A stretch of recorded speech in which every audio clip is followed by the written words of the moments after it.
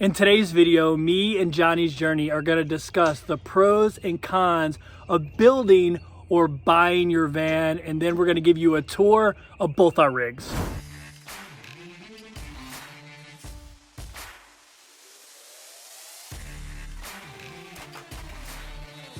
Hey, what is going on YouTube? Greetings from Missouri. I'm actually in my mother's yard. Her trees are blooming, so it's looking really pretty here, but it's killing my allergies. If you've been following my channel, you know recently I did a tour of Johnny's Journey's awesome van build. Make sure you go to her channel and subscribe. We're trying to get her up to 5,000 subscribers sooner rather than later. But we also did a video called Buy or Build that was featured on her channel. She agreed to let me release it on my channel, and I figured I'd release that video, but I'd also attach both of our van tours to that video. So after we do the buy or build pros and cons, we'll go into my van tour, and I'm saving the best for last, and then we'll go into her van tour. So you have all those videos in one nice little package here. You don't have to go search around for them. But again, make sure you go to Johnny's Journey's channel, watch her videos, and subscribe. She puts out great content. She's a travel nurse, and she's getting ready to embark on an amazing adventure living in her van full time. So without further ado, let's jump into this video series. Hi, and welcome to the channel. In today's video, I am with Kevin from 30 and a Wake Up. We are going to do a tour of my van, and we're also going to collaborate. We're going to talk about buying a new van or building out your own van, the pros, the cons, the things that we liked about it, the things that we don't like about it. I am super excited. I'm really excited too. Thank you for having me on your channel. Oh, if you're a subscriber, thank you. If you have not yet subscribed, go ahead and do that now. Don't forget, head over to 30 and a Wake Up, hit that subscribe button, and follow him on Instagram. He does amazing photos of all over the country. All right, let's do it. So we're gonna start with Kevin. Kevin, why did you buy a new van?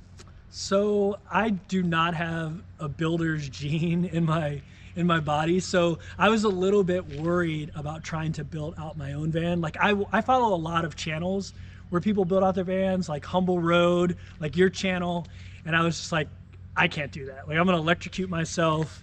It's not gonna turn out pretty. It's just gonna look terrible. And so when I decided to get an RV, I was like, you know what? I'm just gonna buy one that I can just go pick up and everything works. So that's the biggest reason, to be honest with you. There you go.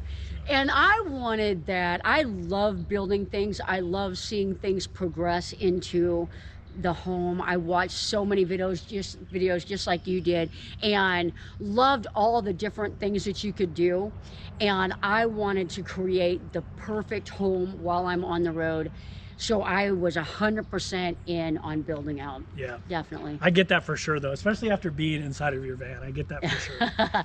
I do like the fact that on a new van, I know someone that literally just went to a dealer and bought a van. It was that easy. Yeah. And right now I know they're in high demand and they're not as easy to get. Yeah. Well, that was my story. For those that haven't watched my channel, I was an international travel vlogger. COVID hit, I could not travel by plane anymore. I'm like, what am I gonna do? And I was sitting at my mother's house in March, and I'm like, you know what? I really loved going on RV adventures when I was a kid with my family. I'm gonna buy an RV. And so for me, it was like, I need it right now because I need to make travel videos because that's what I do.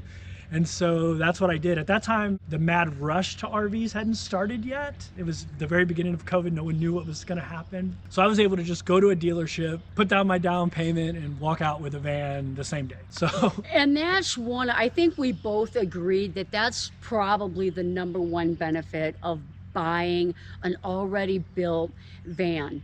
I could not finance any of the build. This, it's completely built, you finance it, they insure it as an RV already, and the warranty. You've had fabulous luck with Travado ramp taking care of anything that needed to be replaced. That was a nice perk to it. You can actually get a 20-year loan on these vans, so you can really spread it out. Yeah, like you can spread out the cost of these vans. So I think that's one advantage. You can get that financing. For insurance, I think that's another advantage. This is not insured as a van, it's insured as an RV. Yeah, so if something happens to it, they pay for everything and not just the cost of the van. They pay for they pay for the cost of an RV. And also when you're full-timing in an RV, there's a different kind of insurance that you have to get. And if you have a van that is titled as an RV, you can get that. Yeah. Which you can't get that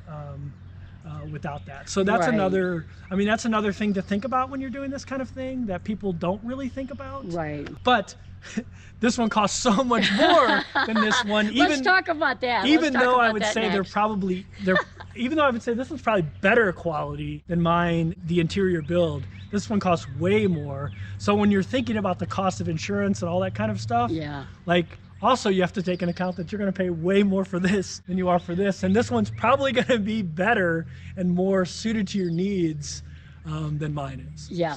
So we talked about this ahead of time. We're going to talk about cost, because that's a big aspect of doing a build yourself or buying one already built out. Yeah. Now, do you mind telling us? Yeah, I have no problem. So this is a National Park Edition. So this one was $120,000.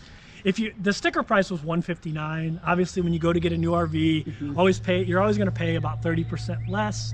This one was $120,000. It's the top of the line with the Volta system, which is like 12,000 watts of power, equivalent to like 1,200 amp hours. Basically. It's a lot. Yeah, it's a lot of power. I'm so jealous. So that's part of the cost of it. If you got a normal K like this one that just has a generator, it would be somewhere between, it'd probably be about 90,000. So, but mine is top end 120,000. Yeah, but that 12,000 kilowatt, that's amazing. Watt-hour battery. Especially if you're boondocking. If you're just camping at campgrounds, don't waste your money on that, because you're just plugging it anyway. Yeah. But if you're doing a lot of boondocking, like, it's awesome. Okay. Yeah. So mine, I will say, my purchase price and build, I'm under 60,000. That's amazing. I haven't totaled up all the numbers yet, but I'm between probably 55 and 60,000. Most of you guys have seen the inside of this already, but to my audience, make sure you click up here. I'll link it somewhere to the tour video I did of Johnny's van, and wait till you see the inside of this thing. Like, it blows my mind that thing is 50 or 60. You said $60,000. It's under 60, and that's counting the cost of the van. Correct. Like that's insane to me. It's sweet. Insane. It's sweet. Of course, when you don't have to pay for labor, that's a big perk. Yeah. Now, I will say it took me between 5 and 6 months to build mine out. I did take a couple trips during that time, but I've got a good 6 months into it, as opposed to going and either ordering one and possibly having some wait time, especially now, or going to a lot, or buying one used that is already built out. So, but I think though that can be seen as a disadvantage, but I think it's also can be seen as an advantage, because you got to take it out as you were building it and figure out what you need. And that's what I did. Yeah, I think that's very valuable, because there's things in my rig that are expensive systems that I don't even use because I bought mine off a lot. And there's certain things I would change about it, where yours, you can change it, or you can say, I want to move this around, or I want to add this, like you added the power system that you added later. You were able to figure that out on the road. Another thing that we have discovered that we think is a plus and a minus of building as opposed to buying is everything in my van. I know exactly how everything's wired. I know exactly how the plumbing is completely hooked up, the solar system, how everything is set up. I recently had a problem with one of my solar panels. I was not getting power to my Blue Eddy. I traced it from the beginning all the way back to the Blue Eddy and found the problem. When you buy an already built out system, you don't know how everything works. And the last thing you want to do is void a warranty by messing with something. Yeah, I would agree. Well, number one is you don't know where everything is. That's the first thing. You know where everything is. You know where your pipes are, you know where your plumbing is. With mine, you just pull the panel off and you're like, okay, that's where some plumbing is. But you don't really know where anything is, because it's all kind of built into the RV. It's not made to be worked on by you. It's made to be worked on at a service center. So that is definitely one of the disadvantages. You can go straight in and fix yours and identify where the problem is. For me, I can try to do that, but like you mentioned, I might void the warranty. So I have to make an appointment somewhere. And if you've ever owned an RV and had to make an appointment to get your RV serviced, you know that's not an easy task, especially nowadays. They're so backlogged. It usually takes at least a month to get in. Yeah. Last time I went and had all my warranty work done, the earliest appointment I could get was 2 months out. So I had to wait to get things fixed that were broken. That's definitely a disadvantage. The advantage is, because I have a warranty, Yeah. like they do the work for free, they replace, you know, everything. One of the things that I really like about, especially the National Park Edition, of course, the pinstriping, all the outside, that is so nice. But the cabinets on the inside, I like how they looked. I like that curve. I like that nice, you know, clean, easy to wipe down. I like the way they did it. The upholstery cushions, that's all very, very nice. When you're doing your own upholstery, as you might notice in mine, it's like everything doesn't fit exactly perfect. It's nice, but you know, it's not factory perfect. Yeah, so, but I disagree with you. I disagree with you here, because when you look inside my van, it looks very like, I don't even know how to describe it. It's all particle boards and plastic. Where inside yours, it's like, it's really, I mean, it's real wood. There's like a log cabin vibe in yours, where mine looks like everybody else's Travato. And it's very sterile, because an RV manufacturer is doing something like this. They got to order like 10,000 of those cabinets. Yeah. So everything is very, you know, very sterile in there, Scaled. plastic and cheap materials. Where yours is like high-end materials. I would definitely prefer an interior like yours than an interior like mine. One of the things with the build outs too, I watch a channel where they literally, I think they cut everything with a jigsaw. And it worked out perfect. And then I have access to a large amount of tools. So, which is another like maybe disadvantage for some people, because you do have to have the tools to be able to do it, a shop or an area that you can do the build, and the knowledge to do it. That can be an advantage and disadvantage, but not everybody, you know, has access to the tools, has access to a place to do the build out. I know my neighbors probably were ready to wring my neck a couple of times, but I don't know how many of your audience watches Foresty Forest, but he buys vans and just parks them in Home Depot, Lowe's parking lot, and just works on his van in the parking lot. So he can just go inside and get whatever he needs. I actually admire people like you, like him. Like it's amazing to me that you built this home right here. It's fascinating. I actually had to do a plumbing repair on my van up in Minnesota in the Home Depot parking lot. So I know exactly how he feels. You got to do what you got to do when you got to do it. So I think if I had to do it all over again, I don't know if I would build out, because I don't know if I have that kind of skill. I would like to think I could figure it out, but what your van has taught me is I'd probably get a custom build. From someone like you that like is out there making vans, or from, you know, one of the companies that does custom builds, rather than a manufacturer. Because the biggest reason is yours feels like a home and mine feels more like a rental or something. It's more like a weekend thing, where yours feels like something I would want to live in. Yeah. And that's another one of the advantages, that you can build these out. I mean, whether, you know, my first build was a 1200 or 1500, I think it was. I did a Ford Econoline, I did an ambulance. So you can really do a van build on many different vehicles. Yeah. A lot of the ones that you buy, there's limited companies that sell the Class B completely build outs. So you do have more of a variety and more choice of what you're building out. The Jigsaw channel, they built out a U-Haul box truck. So.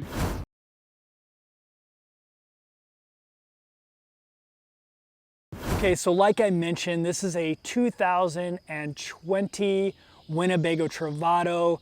It's built on a 2019 Dodge Ram 3500 chassis. All right, let's go ahead and start with the roof here.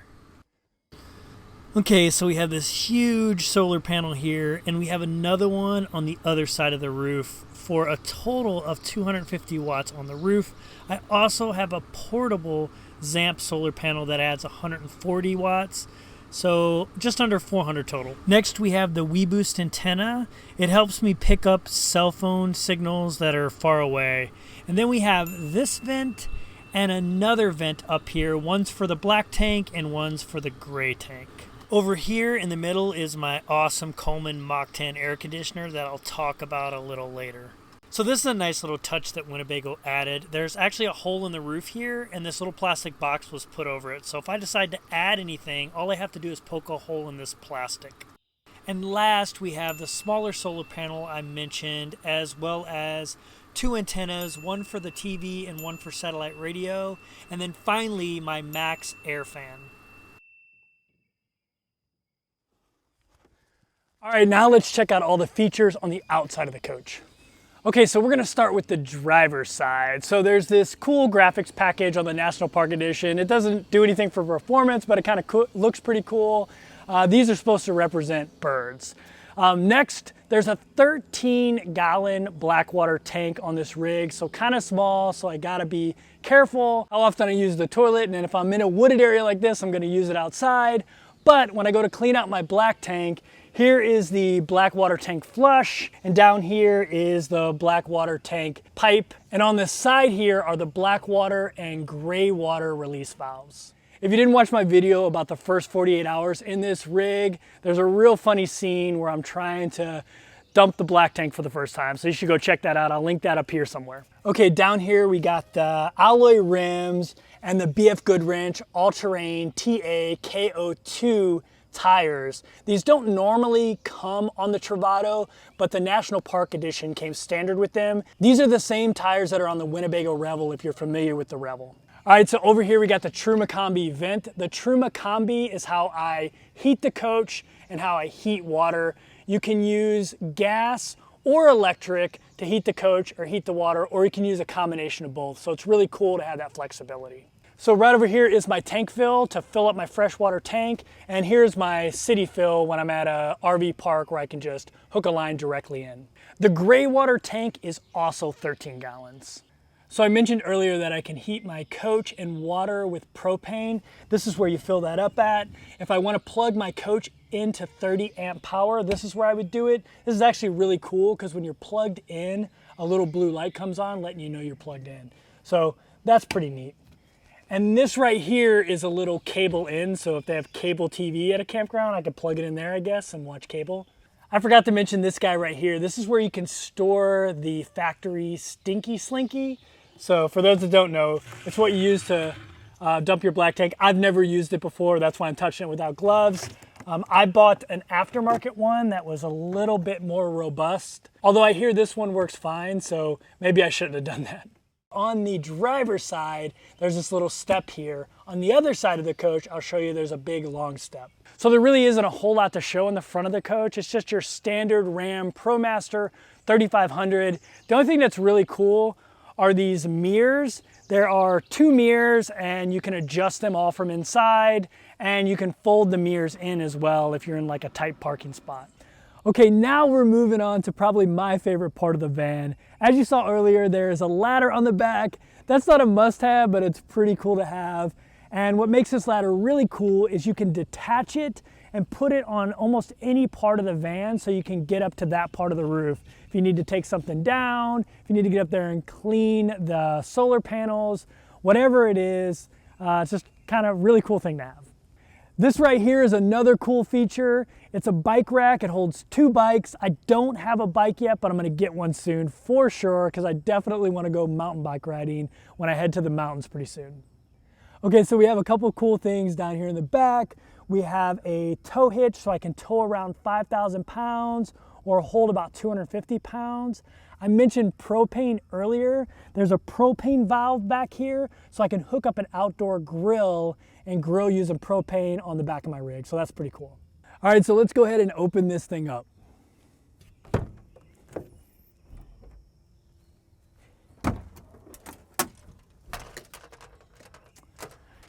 All right, so first thing I'll point out are these window shades.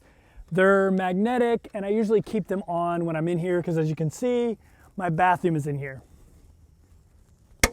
Right now I have this bug screen attached, so you can't really see the bathroom too well, but you'll see more of it when we go inside. But the toilet is right here if you cannot see it, so that's why there's this toilet paper roll right here. And it's really cool because it actually rolls the toilet paper back up, and so you can protect the toilet paper from the water. This is also a wet bath in here, so I can take a shower in here. I'm not sure how often I'll do that inside the rig. I'll probably just set something up out here because the nozzle will actually come out here. And so I can just shower right here, which for me is more ideal. I won't fill up my gray and black tank as much, and it just makes more sense for me. Up here is a towel rack, which is kind of cool. The rig also came with all these little magnets for hooking up the shower curtain, but I've been using them for putting up like towels and things like that. They're great. That's one little pro tip. Get a bunch of magnets. You can hang a bunch of stuff up with magnets. So over here is what I would call my gear locker. It's kind of a work in progress. I'm still trying to figure it out, but I've hung up a couple things. I have my black hose that's for my black water flush, and then I have a separate hose which is blue for any fresh water. I also have an RV water filter here. There's one built into the rig, but I think the more you can filter water, the better. So I have that here, and it also has a pressure valve regulator hooked up here. For those that don't know, a lot of times hoses have really, really high pressure, and you can bust out your pipes in your RV. So you always want to get one of these little pressure regulators here so you don't bust out pipes. There's also a light up here, and there's actually 3 of these lights. There's this one, and there's one on this side of the coach and one on that side of the coach. I didn't turn it on earlier, but you turn that one on over there from down here. Okay, so down here we got a couple of bits and bobs. There is an outdoor water spigot right here, so if I want to spray something down, I can hook this up. I can also turn the water pump on and off right here. There's another switch inside as well, so I just kind of leave it on. I don't really need to mess with this one. And like I mentioned before, this switch right here turns on the side light. It took me a while to figure that out, actually. That side light was on, and I couldn't figure out for the life of me how to turn it off, and then finally I discovered that it was back here. They should really label this thing. As I mentioned before, this little switch right here turns the light up there on and off, and this right here is a 12-volt outlet for outside. There's also 120 plugs. This right here, my mom swears by these things. I don't know if they work, but they're supposed to keep pests away from an area. So I've put a few of these into my RV. They take hardly any power, and you know, why not? Inside this bag, if you watched my other video called My First 48 Hours in the RV, which I'll link again up here somewhere, is all my black tank stuff. So my Rhino hose, all the bits and bobs that are associated with emptying your black tank are in this duffel bag here. So that's where I store that right now. So that's what I've got back here right now. Let's take a look at the other side. All right, so there's not much to this part of the van, to be completely honest with you. We've got these speakers up here so you can broadcast the stereo that's inside, which I will show you out here. And you also have this light up here, which I showed you earlier. And we have this awning and this rail here. So the cool thing about this rail and this awning is they both have lights. So I'll show you those real quick here. If you're enjoying this video, please hit that thumbs up button and leave a comment below telling me where you're watching from. The YouTube algorithm will show this video to more people the more thumbs up and the more comments I have. So I appreciate you doing that. Also, make sure you hit that subscribe button so you don't miss any of my weekly videos. So you can't really see the lights, but there are LED lights up here that are pretty bright at night, and there's LED lights down here. What's cool about this awning is obviously it doesn't have it doesn't need bars that go along the side of the rig, so there's nothing I need to do but press a button. So that's really cool. So the second thing that's really cool about this awning is it has wind sensitivity. So if the wind picks up, you don't want your awning to get ruined, and maybe you're out walking the dog or just doing something. This thing will automatically retract. So let me see if I can show you that here. There we go. So that kind of simulated some wind. So now my RV realizes my awning's in trouble, and so it's gonna retract that awning in so I don't have to worry about it getting messed up by the wind. So that's a pretty cool feature of this RV. The last thing I'll show you here, now that we have the door open, is this roll-F screen. The Travados used to come with a screen door that pulled out like this, and some people like them, but a lot of people don't, for a couple different reasons. Number one, they would kind of get stuck sometimes and wear out. And second, when you open them, bugs can just fly in.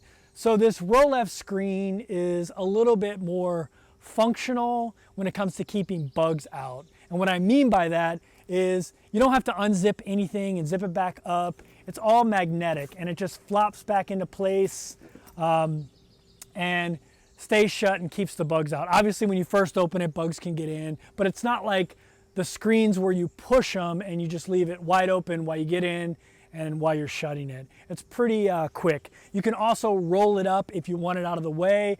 I'm just gonna keep it on here. It works for me and it's done a great job keeping the bugs out. Okay, let's go ahead and go inside and I'll show you the inside of my rig. Welcome to my crib. If you're old enough to get that reference, type down below in the comments what station that's from and what the name of the show was. All right, so let me show you around my place. Okay, we're gonna go ahead and start off with the front of the coach. So one of the really cool features of this Ram ProMaster are these leather seats that completely rotate around and provide extra seating and a couple extra workstations. So my favorite workstation is actually this one. A little cutting board comes out over here and I can set my computer on here. And the reason I like this one is because my elbow sits on this Korean countertop and it's just more comfortable for me for whatever reason. Most people like this one over here better. This is where I actually eat and sometimes I work on my computer over here too. So this one comes out and you have another workstation and this chair can rotate. All right, so the dash is your typical Ram ProMaster dash.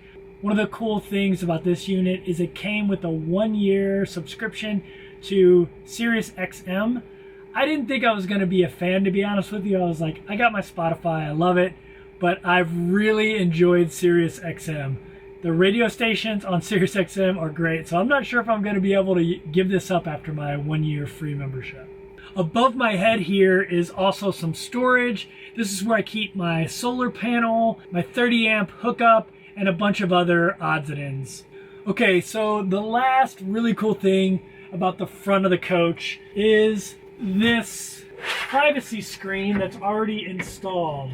I don't need to mess with any kind of foldable thing or anything like that. I don't need to find a place to store it. It just stores right here. Okay, that's the front of the coach. Let's move on to the kitchen.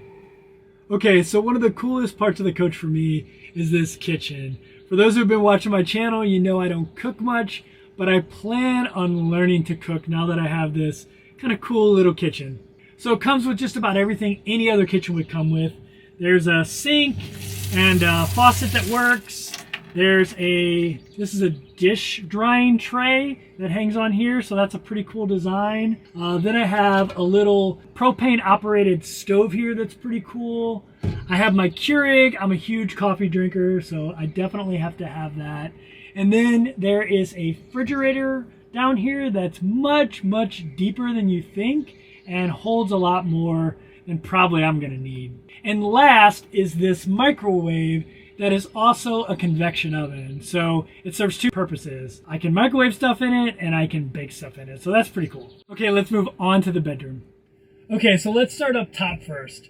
For those that don't know, before I became a lawyer and before I became a travel vlogger, I was in the US Navy for 20 years.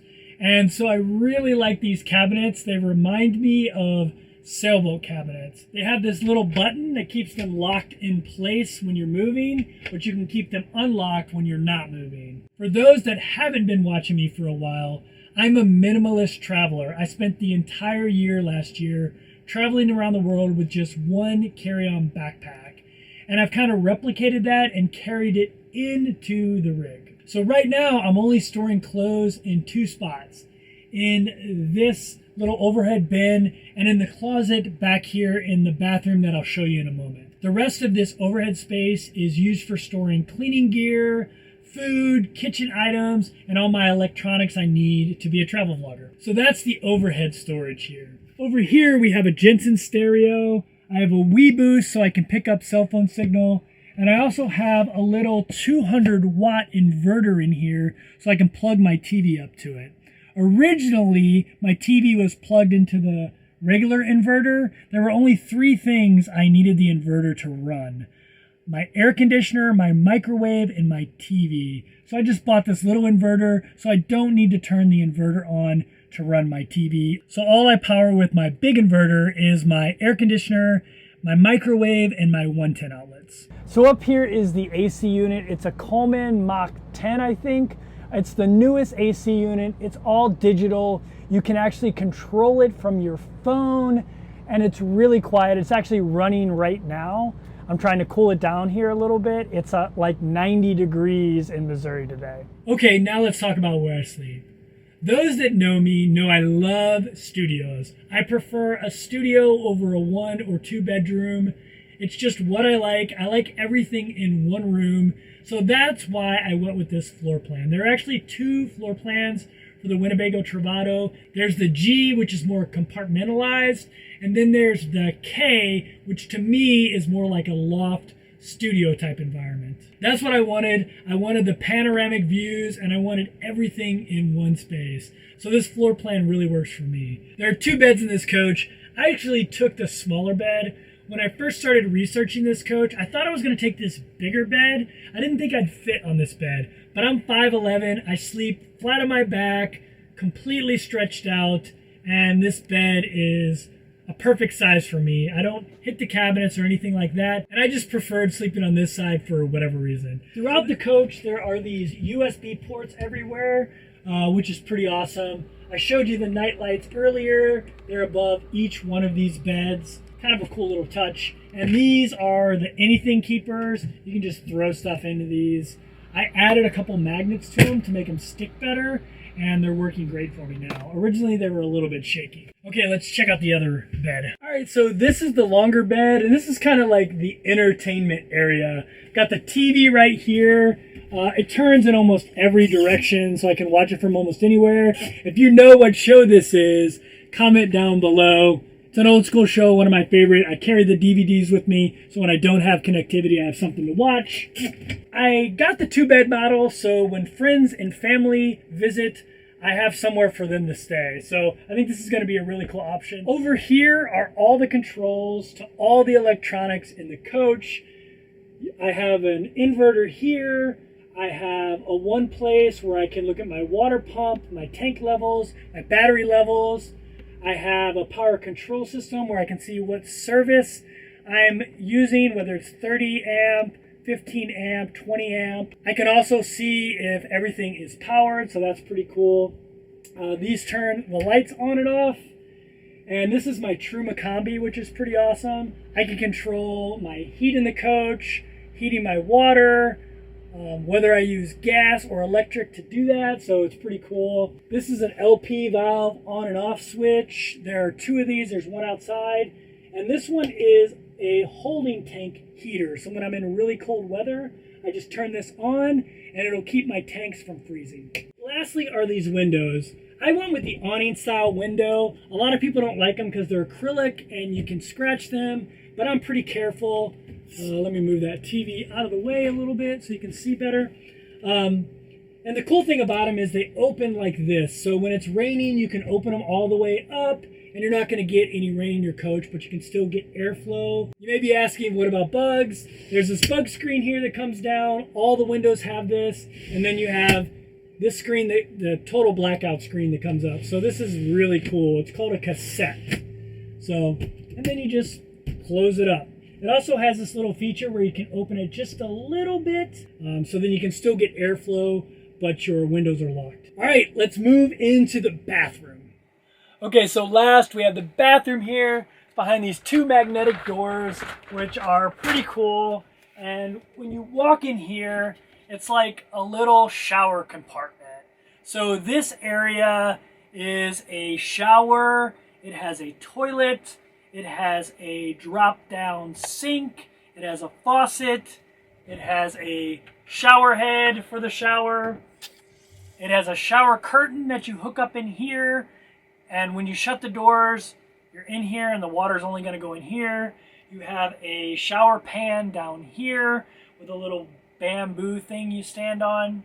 There's also a medicine cabinet in here, which is really cool. And then on this side is a closet. And I have a bunch of clothes in here. And then 3 different drawers down here. The first drawer is a bunch of bathroom stuff. The second drawer is my socks, my underwear, some beanies for when it gets cold, things like that.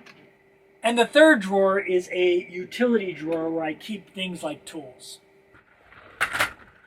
All right, so I have one more thing to show you. The heart and soul of this vehicle, the power management system.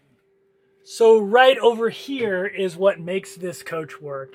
It's the Volta system. All you do is press the button to turn it on and you have full 30 amp power, just like if you were hooked up to shore power. I mentioned earlier the auto start system a moment ago. So when this falls down to 10%, there's an alternator under the hood, an under the hood generator that will automatically start up and run at about 2,000 RPMs, and that'll charge this thing up about 40% in an hour. You can actually initiate that charging process before it gets down to 10%. It's called a manual charge. And I'm going to actually demonstrate that right now. In order to initiate a manual charge or an auto charge for that matter, all you have to do is stick the key in the ignition, turn it just slightly to where all the lights come on, and then you hold down this button here until it turns red. Once it turns red, that tells you that the auto start, manual start system is engaged and it's ready to go. Now that this light is red, if my state of charge falls below 10% like I mentioned earlier, this thing will automatically start itself. But if I want to run a recharge without waiting for that to happen, I can just go over here and press this button 3 times. So 1, 2, 3. Boom, it starts itself up. It'll bring itself to a high idle about 2,000 RPMs for about an hour, or until the battery is completely charged, or until you're below 1/4 of a tank of gas. It's really cool, especially the auto start feature. So if you have pets and you have to leave them in here with the AC on, it gives you peace of mind that it's going to stay cool in here. The AC is not going to kill the battery because it'll just auto start itself. And also when you're sleeping, I don't have to worry about getting up to make sure I'm charged if I want to run the AC if I'm somewhere that's hot. So it's a pretty cool feature of this vehicle.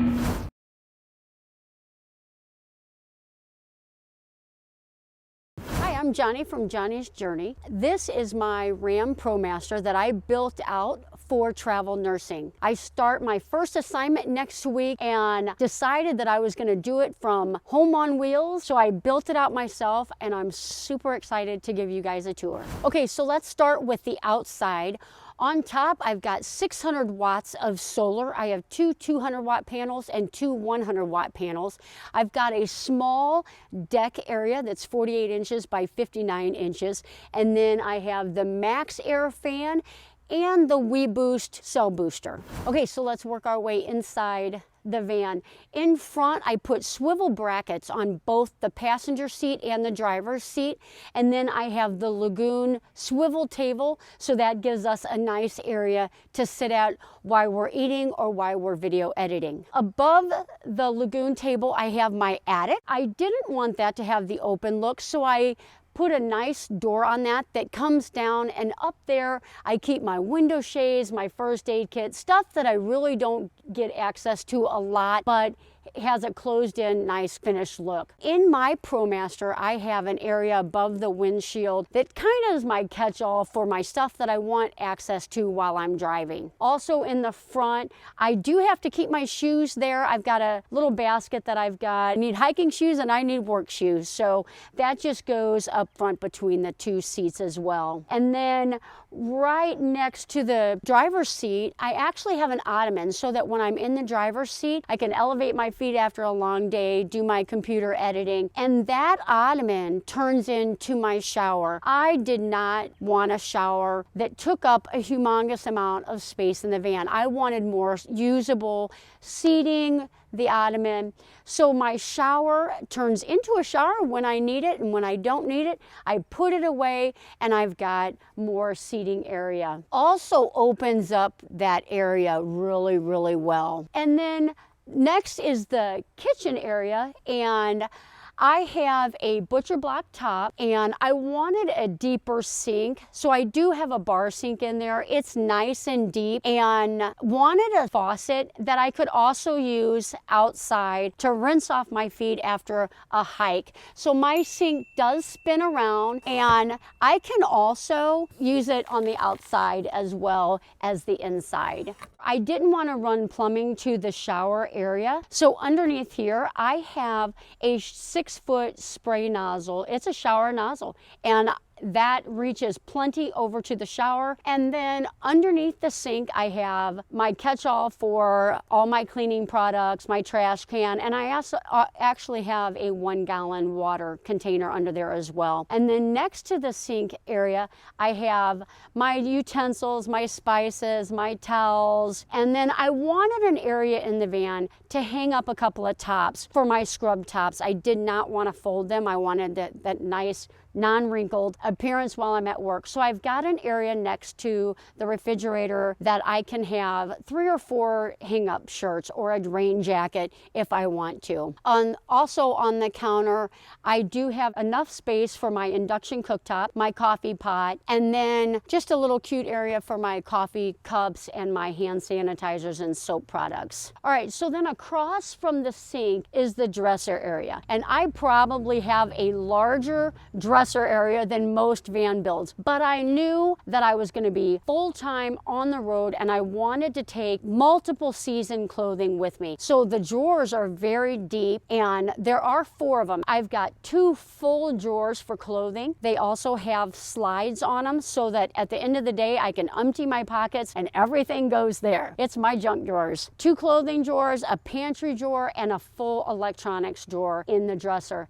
Now, I do have a very unique dresser top. It is an epoxy poured dresser top. It is very unique and I love it. It is really one of the highlights of the build. And then next to the dresser is my toilet area. I also wanted another seat, so my toilet area doubles as more seating too. I take the pad off, the door lifts up, and then everything is hidden away when not in use. There's plenty of space in there for extra toilet paper. I have the composting toilet. It's the Nature's Head composting toilet, and I love it. There's no odor. It is one of probably my favorite parts of the build. And then across from there would probably be my most favorite, and that is the Isotherm Cruise 165 refrigerator. It holds 5.1 cubic feet of space. It is huge and I love it because I only want to shop once or twice in a 2-week period. So underneath the bed, I also have a nice storage section in front of the bunk. I've got an extra pull-out table that I can use if I'm cooking, or if I'm sitting on the seat, then I also have a workstation that I can work at. For those big utensils that don't fit everywhere, I've got a nice drawer. Underneath there is a big drawer that houses all of my dishes. If I bring my Instapot on the road, it is the perfect height for that and my ice maker. My induction cooktop goes in there, all my plates, all my Tupperware.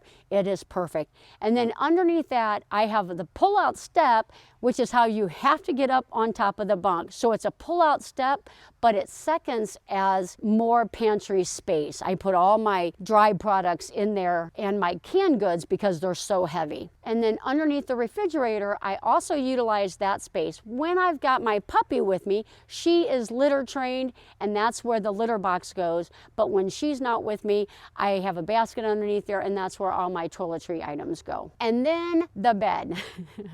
We made it the height that we did because we wanted to utilize as much space in the back of the van for the garage area. I have a lot of hobbies and I wanted to be able to take as much of those with me on the road that I could. So the bed has enough area that when I sit on top of it, I clear the ceiling and that's enough. We wanted that area to be nice and open. We didn't want any big cabinets. That's what we did. So we've got one window on both sides of the bed, some nightstand areas on both sides of the bed, and just one small basket on the wall so that we have a nice open feeling when we're on the bed area. One of my other favorite features is the wraparound LED lights. I love the ambiance that gives. That's that warm cabin feeling that I've got. So outside of the van, in the garage area, I also wanted an outdoor kitchen. I used the same butcher block counter to the back of the van. It's a pull-out kitchen area. I put my Blackstone on there. I can also put my induction cooktop back there, and I have a nice area for cooking. The lid has a ton of storage underneath there, and then I've got a pull-out drawer that gives me a ton of extra outdoor space for storing all my outdoor cooking stuff, and I like to do a lot of bushcraft stuff, so that also houses all that. Also underneath both sides of the bunk, there's a 20-gallon water tank. I wanted to be able to be off grid for a long time and not worry about sparing the water and being able to use my shower. I have a 4-gallon on-demand hot water heater that's also underneath there. That is powered by the Bluetti solar generator. I have the AC200, and that's how I did my complete electrical system. It is an all-in-one lithium system. It gives me enough to power everything that I need in the van. Now the hot water heater, I put a switch right by my bed. I turn the switch on. 15 minutes later, I've got hot water. As soon as I'm done with my shower or dishes, I turn that water heater back off so that it's not pulling from the battery. And then I've got a ton of more storage on top of the water containers to the right in front of the water heater. I've got a ton of extra storage. I do mount my Mr. Buddy furnace on the door because I don't want to have to move a lot of stuff to get to it. Some nights it's chilly and I just want to get it out to take the chill off the van, and that is an easier access. So that's why I did that. All right, now it's time for a little Q&A. All right, the question I know everyone is going to be interested in: how much did it cost you to completely build out this van, counting the cost of the van? I am right under about $60,000. I don't have it down to the exact dollar amount, but it is between $55,000 and $60,000, including the very expensive isotherm refrigerator and the composting toilet and all the solar on top. And the van. And the van. You mentioned you're a travel nurse. Do you plan on traveling full-time in your van? I do. When I get to West Virginia, which is my very first assignment, I'm going to spend the first 2 weeks at a campground. I didn't want to get there and not know where I was going on my first assignment. So I'll be at a campground for 2 weeks, and from there I'll decide if I want to go stay there while I'm on the assignment. But when I'm not at work, because I'm only going to do 3 days a week, when I'm not at work, I am going to travel and tour the area, and I will be boondocking during those times. You mentioned you're going to be boondocking. Does your solar panels provide enough electricity to keep your Blue Yeti powered, or do you have to plug your Yeti in? So the Bluetti, you can charge that multiple different ways. It's a good question because I've got 600 watts of solar on the roof that I can charge that with. But when I'm driving, or if it's an overcast day like today in Missouri, I have it set up where I can charge it off of the car alternator. I've got a inverter to the battery, and it just plugs directly into that inverter, and it charges at 350 watts while I'm driving. So that Bluetti solar generator will power the entire van while I'm off grid. If I don't have sun, then I just charge it off the alternator. If you could change one thing about your build, what would it be? Probably the van that I bought. After being on the road, it's not as hard to get a diesel worked on as I originally thought. So I bought a gas. It's the Ram 3500. It's the gas. And I think I would probably do a diesel if I was going to do another build, and I'd probably do a 4x4. What is your favorite thing about your van? I have so many, but I think my favorite thing is just the warm cabiny feeling. All the finishing touches that I added to it that really gives it a really homey feeling while I'm there. It is a very, very close tie to the shower system that I put in. You recently took your van to Quartzsite and met Bob Wells and filmed a video with him. What was that experience like? Well, it was super exciting getting to meet Bob. When you're a van lifer person or want to get into van life, Bob Wells is like, you know, the grandfather of van life and boondocking and the nomad life. So it was super exciting to meet him. Just getting to do the tour and meeting him was unbelievable. I can't even believe that happened to me. All right, Jonnie, thank you so much for letting my audience come inside your home, giving us a tour and sharing your build with us. It's truly amazing. I've seen a lot of these, and I think this is probably my favorite van build that I've seen so far. Thank you. Filling up my cup, coffee talk on the screen porch. So in love, now you're the one I'm losing sleep for. And I hope the wrong one slip right through your magic fingers. And I hope we find some way to fall in love like we were. Yeah, you're the only reason I was California dreaming in the first